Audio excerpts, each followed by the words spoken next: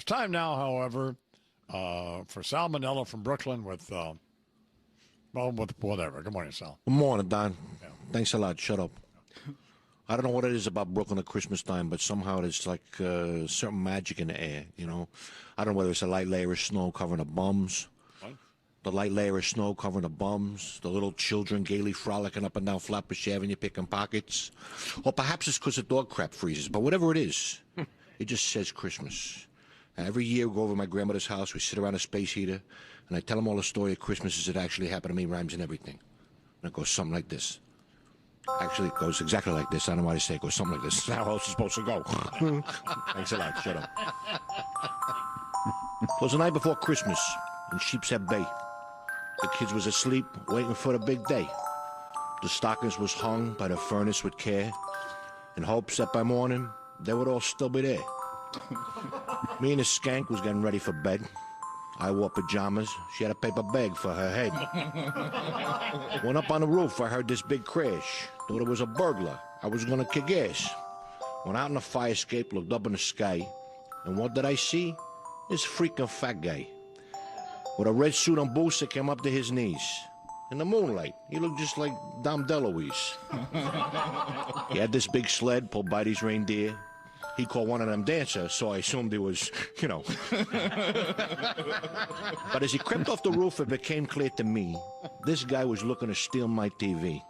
Because over his shoulder, he had a big sack. He came down the stairs while I planned my attack.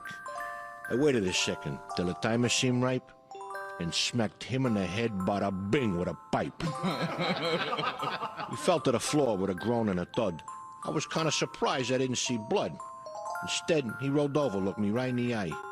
When I saw who I hit, I near started to cry. I said, "Hey, yo, Santa, I'm sorry, all right?" "Not for nothing," he said, "but this just ain't my night. I got lost in the Bronx. I ran over some nuns. Had a near miss by Kennedy. Rudolph's got the runs. I'm out all freaking night. I am busting my hump, but I can't continue now, not with this bump. So do me a favor.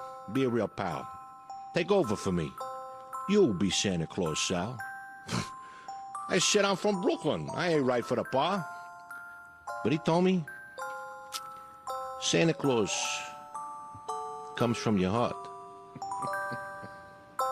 He made me offer I couldn't refuse. Stop at every house, except for the Jews. It's regulation.